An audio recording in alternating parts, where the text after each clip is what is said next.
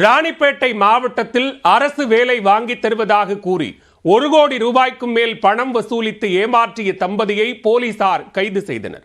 இ-சேவை மையத்துடன் கூடிய computer centre நடத்தி பட்டதாரிகளை குறிவைத்து நடத்திய மோசடியின் பின்னணி என்ன?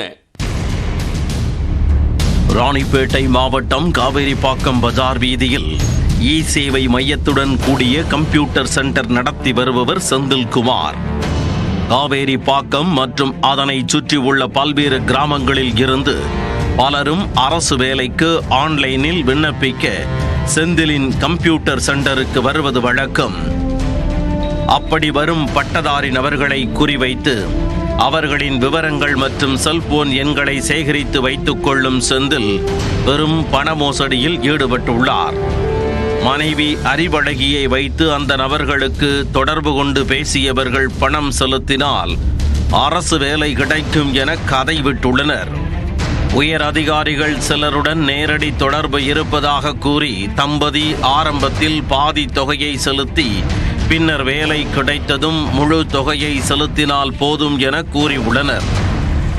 இ-சேவை மையம் நடத்தி வந்ததால் உண்மையிலேயே அரசு அதிகாரிகளுடன் தொடர்பு இருக்கும் என நம்பியவர்கள் அவரிடம் பணத்தை கொடுத்துள்ளனர்.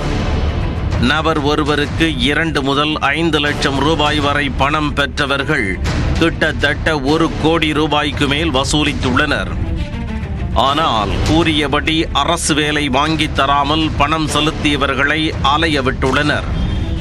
இந்த நிலையில் வேலை பெறுவதற்காக பணம் செலுத்தி ஏமாந்த பட்டதாரி பெண் ஒருவர் மோசடி தொடர்பாக காவல் நிலையத்தில் புகார் அளித்தார். அந்த புகாரின் பேரில் அறிவழகியை கைது செய்த போலீசார் அவரிடம் தீவிர விசாரணை மேற்கொண்டனர். அவர் கொடுத்த தகவலின் அடிப்படையில் கணவர் செந்தில்குமாரை பிடித்து இருவர் மீதும் திட்டமிட்டு ஏமாற்றுதல், பண மோசடி உள்ளிட்ட 3 பிரிவுகளின் கீழ் வழக்கு பதிந்தனர். இருவரிடமும் மேற்கொண்ட விசாரணையில் மோசடி உறுதியானதை தொடர்ந்து அவர்களை வாலாஜாபேட்டை நீதிமன்றத்தில் ஆஜர்படுத்தி வேலூர் மத்திய சிறையில் அடைத்தனர். இ-சேவை மையத்துடன் கூடிய கம்ப்யூட்டர் சென்டர் நடத்தி பலரிடம் பண மோசடியில் ஈடுபட்ட தம்பதியினர் கைது செய்யப்பட்டது ராணிப்பேட்டையில் பெரும் பரபரப்பை ஏற்படுத்தி உள்ளது.